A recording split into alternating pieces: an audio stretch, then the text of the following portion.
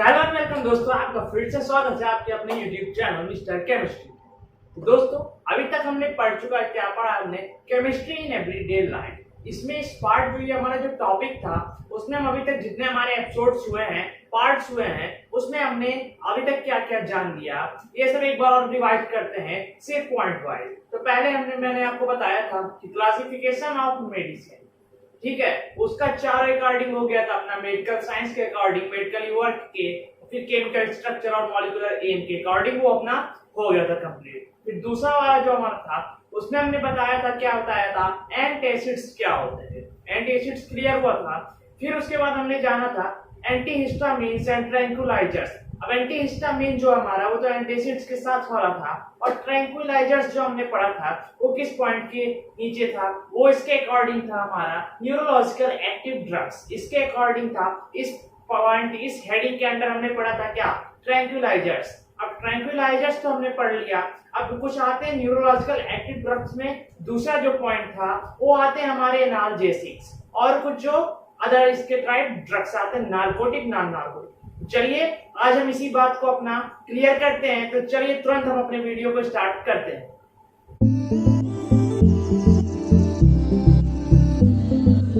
Analgesic, analgesic में क्या आता है, इसमें थोड़ा कंफ्यूजन होता है एनाल्जेसिक में कि पेन किलर और एंटीपायरेटिक दोनों मिक्स हो जाते हैं। तो ठीक है, एनाल्जेसिक होता क्या है, पहले इसे क्लियर करते हैं, वो दोनों कंफ्यूजन अपने आप क्लियर हो जाएंगे। तो एनाल्जेसिक में ऐसे मेडिसिन, ऐसे ड्रग्स की कैटेगरी होती है जिसे हम यूज करते हैं अपने पेन किलर के लिए या फिर पेन से रिलीफ पाने के लिए, इसे हम यूज करते हैं। ठीक, तो ये जो अपना वर्किंग करता है, वर्किंग परफॉर्मेंस के हिसाब से पेन किलर वाला काम करता है, और केमिकली अगर इसमें कुछ ले तो एंटीपायरेटिक्स आ जाते हैं। ठीक है, तो इससे जो होता है हमारा एनाल्जेसिक तो क्लियर हुआ। अब बात आता है कि इससे हमारा अगर सेंसिटिविटी हुआ, पैरालिसिस हुआ और अलग अलग चीजें आ गई, तो क्या हमारे न्यूरॉन सिस्टम में ये किसी चीज की कमी तो नहीं पैदा करता है? तो ऐसा कुछ नहीं है, न्यूरॉन सिस्टम में किसी भी चीज की कमी को नहीं बढ़ाता या पैदा नहीं करता। तो इसके अगर हम देख रहे हैं एनाल्जेसिक के 2 टाइप्स होते हैं इसके वर्किंग परफॉर्मेंस के हिसाब से, वो भी क्लियर करते हैं। पहला आता है नॉन नार्कोटिक।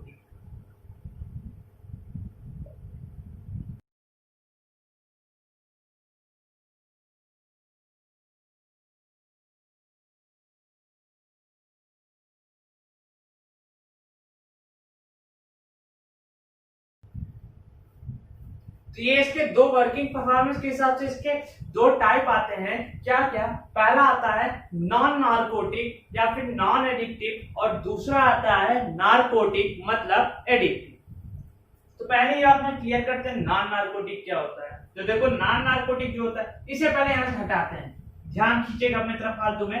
नॉन नार्कोटिक क्या होता है? नॉन नार्कोटिक मतलब कि ऐसे ड्रग्स, ऐसे मेडिसिन जिनका यूज करने पर हमें नींद नहीं आती है, नशा नहीं होता, और नॉन एडिक्टिव मतलब इसकी लत नहीं लगती है। मतलब ऐसे कुछ पेन रिलीफर मेडिसिन ड्रग्स या एनाल्जेसिक, ऐसे कुछ एनाल्जेसिक ड्रग्स जिनका यूज करने पर हमें क्या नींद नहीं आती है, नशा नहीं होता है, और क्या होता है, उसकी लत नहीं लगती है। इसे क्या कहते हैं? नॉन नार्कोटिक और नॉन एडिक्टिव ड्रग्स। तो जनरली अगर बात करें तो इसमें 2 नाम आते हैं, ये इस तरीके के नाम हैं, एस्पिरिनॉल, पैरासीटामोल। अब देखो भाई, ये काम से क्या है, पेन किलर है, पेन रिलीफ करते हैं, पीड़ाहारी है, लेकिन अपने देखो केमिकल जो अपने लिए हुए हैं वो क्या है, एंटीपायरेटिक है, दोनों हुए मिक्स, लेकिन ये कैटेगरी दूसरी एनाल्जेसिक है। तो बात करें एस्पिरिन की, तो पहले बरोबर केमिकल स्ट्रक्चर एक बात जान लें। एस्पिरिन का केमिकल स्ट्रक्चर ऐसा होता है, ये यहां से COOH जुड़ा होता है, और यहाँ पे क्या होता है, OCOCH3। एस्पिरिन और पैरासीटामोल की अगर बात करें यहीं पर, तो इस तरीके से ये होता है। थोड़ा नीचे ले जाते हैं, ऐसा फिनॉल बन गया, और यहाँ पे हाइड्रोक्सी ग्रुप ऐड होता है OH यहाँ पर, और नीचे क्या ऐड होता है, NHCOCH3।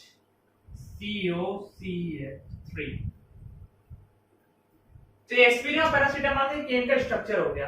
अब बात करते हैं इनके किसका, आईपीएससी नेम। तो एस्पिरिन का पहले आईपीएससी नेम देखें, इसका आईपीएससी नेम क्या होता है। ये बहुत इंपॉर्टेंट चीज है, केमिकल स्ट्रक्चर ये क्या है, बहुत बहुत बहुत इंपॉर्टेंट है। केमिकल स्ट्रक्चर और पैरासीटामोल का केमिकल स्ट्रक्चर और आईपीएससी नेम। आईपीएससी नेम इसका क्या होगा, इसका होगा 2 एसिटॉक्सी बेंजोइक एसिड एस्पिरिन का। और पैरासीटामोल का क्या होगा, पैरासीटामोल का होगा N एसिटिल 4 एमिनो फिनॉल। ये पैरासीटामोल का होगा और ये एस्पिरिन का होगा। एस्पिरिन का क्या है, 2 एसिटॉक्सी बेंजोइक एसिड और पैरासीटामोल का N एसिटिल 4 एमिनो फिनॉल। ये दोनों हो गए आईपीएससी नेम और केमिकल स्ट्रक्चर। इसको फटाक से स्क्रीनशॉट लो, नोट करो। ये आपके मल्टीपल ही पूछे जा सकते हैं, मल्टीपल चॉइस क्वेश्चन। हो गया होगा, चलो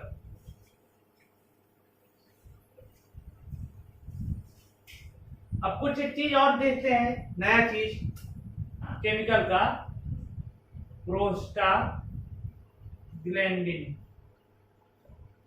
तो ये जो केमिकल होता है, एस्पिरिन क्या करता है, ये एस्पिरिन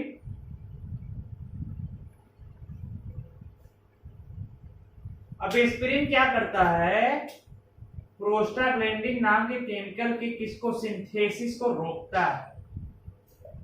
सिंथेसिस के लिए ये क्या काम करता है, किसका, बैरियर का, किसके, प्रोस्टाग्लैंडिन। क्यों, क्योंकि प्रोस्टाग्लैंडिन क्या है, बॉडी का एक विटामिन है। क्यों है, प्रोस्टाग्लैंडिन करता क्या है, ये करता है, ये टिश्यूज में जो सूजन होते हैं और दर्द का ये कारक होता है। प्रोस्टाग्लैंडिन के नाते आपके टिश्यूज में सूजन होता है और वहां पर दर्द होता है, इसके प्रोस्टाग्लैंडिन। ये एक नया चीज आया, इसे भी नोट करो, ठीक है। फिर देखो एस्पिरिन का यूज कहां कहां हम लोग देखे, ये एस्पिरिन नाम का ब्रह्मास्त्र का यूज कहां कहां पर हुआ। ये क्या है, ब्रह्मास्त्र, क्या है, ब्रह्मास्त्र। अब इस एस्पिरिन का कहां यूज हुआ, एस्पिरिन का एंटीपायरेटिक में यूज करते थे, एनाल्जेसिक में, नार्कोटिक के अकॉर्डिंग यूज हुआ। और इसका एक और यूज होता है कहां पर, हार्ट अटैक में। हार्ट अटैक में भी इसका यूज हम करते हैं, किसका, एस्पिरिन का, ठीक है। और भी इस पर कहां कहां यूज किया जा सकता है इसे, क्या हम कैंसर में यूज कर सकते हैं, अल्जाइमर में यूज कर सकते हैं, ऐसे बहुत सारे जगहों पर यूज करने के लिए इस पे अभी रिसर्च और स्टडीज चल रही है एस्पिरिन पर। ये भी नया पॉइंट आया कि हार्ट अटैक में एस्पिरिन यूज होता है, इसे भी नोट करो फटाफट। ये मल्टीपल आपका जनरल साइंस में पूछा जा सकता है, चाहे वो नीट हुआ, आईआईटी हुआ, जेईई हुआ, उसका नेट हुआ, जेम हुआ, यूपीएससी हुआ, यूपीपीएससी हुआ, और भी जनरल जिससे रिलेटेड होते हैं साइंस में आपके बहुत सारे होते हैं, रेलवे के एग्जाम्स होते हैं और सारे एग्जाम होते हैं, नेपाली हुआ और वगैरह वगैरह में ये आते हैं, जनरल साइंस के थ्रू पूछा जा सकता है आपसे। हो गया होगा। एक और पॉइंट इसमें क्लियर करो एस्पिरिन को लेकर, कि जो एस्पिरिन होता है ये किसके लिए डेंजरस होता है। ये दो हमारे ऐसे ऑर्गन हैं जिनके लिए बहुत ज्यादा डेंजरस होता है। किसके किसके लिए, एक तो होता है लीवर, दूसरा स्टमक। ये लीवर को क्या करता है, डैमेज करता है, और लीवर स्टमक को भी क्या करता है, डैमेज। स्टमक से ब्लीडिंग करता है। ब्लीडिंग क्यों होता है, क्योंकि जो स्टमक के लेयर्स होते हैं उनमें ये क्या करता है, एस्पिरिन से वो डैमेज और डिस्ट्रॉय हो जाते हैं, जहां उसका ब्लीडिंग होना शुरू हो जाता है। लीवर को ये खराब करता है एस्पिरिन, इसीलिए डॉक्टर इसके जगह पे और थोड़े लो पावर वाले मेडिसिन ड्रग्स को रिकमेंड करते हैं, जैसे हुआ क्या, नेप्रोक्सन,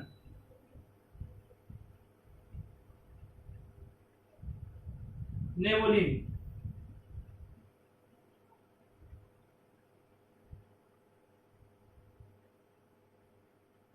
आइब्यूप्रोफिन,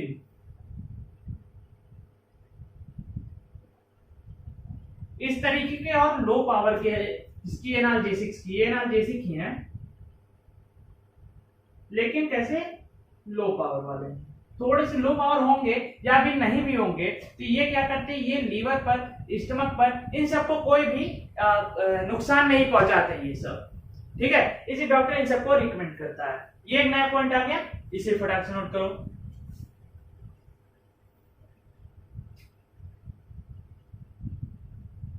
हो गया होगा, चलो।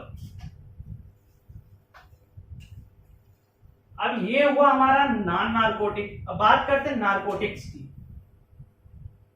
जो अपना सेकंड वाला था टाइप, नार्कोटिक्स और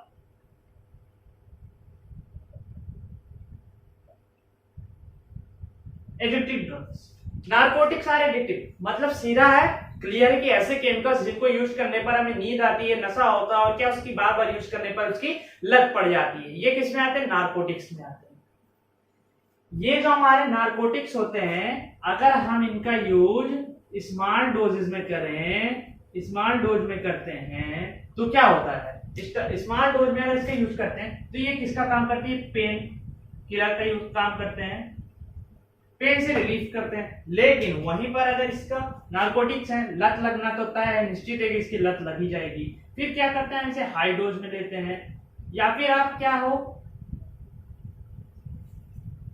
या फिर इसी में अगर किसी ने सोचा कि इसको छोड़ो, एक के आगे इसका हम 2 गोली खा लेते हैं, 4 गोली खा लेते हैं, या उसका और ज्यादा डोज यूज करते हैं, तो उससे क्या होता है, उससे क्या होती है कि पहले तो क्या होगा, स्लीपी हो जाओगे आप, बहुत नींद आएगी। दूसरा पॉइंट, सुस्त रहोगे, सुस्ती आएगी। तीसरा, बेहोश हो गए, बेहोश हो गया होगे, बेहोशी, बहुत ज्यादा बेहोशी आएगी, मतलब क्या हो जाओगे, अनकॉन्शियस हो जाओगे। और ये 3 स्टेज के बाद जो सबसे लास्ट स्टेज इसका होता है, वो है आपका जो टिकट है वो कट जाएगा, मतलब डेथ हो जाएगी। स्लीपी हो गए, सुस्ती आएगी, बेहोश हो गए बार बार, फिर ऐसे करते करते करते करते 10 बार 20 बार, उसके बाद सीधे डेथ हो जाती है हाई डोज में यूज करने पर, किसके, नार्कोटिक एडिक्टिव। ठीक है, ये क्लियर हुआ। अब देखते हैं इसमें आते क्या है। देखो इसमें आते क्या क्या है, जैसे जब हम पढ़ रहे थे अपना पहला पार्ट इसका केमिस्ट्री इन एवरीडे लाइफ का, तो उसमें जब hair line difference between drugs and medicine की बात आई थी, वहां पे एक नाम आया था ड्रग का, नार्कोटिक एडिक्टिव ड्रग का नाम आया था हेरोइन।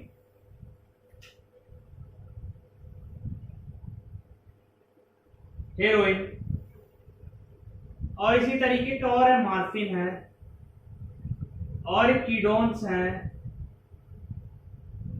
ऐसे कई सारे इसमें नार्कोटिक ड्रग्स आते हैं, मॉर्फिन, हेरोइन, कीडोन्स, और भी आते हैं इसमें बहुत सारे। तो इन सब में क्या होता है, ये सब यूज करने पर नींद आती है, सुस्ती आती है, और ज्यादा यूज करने पर इसकी लत लग जाती है, बहुत ज्यादा यूज करने पर लास्ट अपना क्या आता है, डेथ हो जाती है। ठीक है, और इन सब का यूज होता कहां है, डॉक्टर इसे जल्दी यूज नहीं करते, एक बहुत रेयर केस में स्पेशल रिक्वायरमेंट पे इसका यूज किया जाता है। और ये जो यूज इसका जनरली यूज करना इलीगल है, इलीगली यूज इसे आप नहीं कर सकते।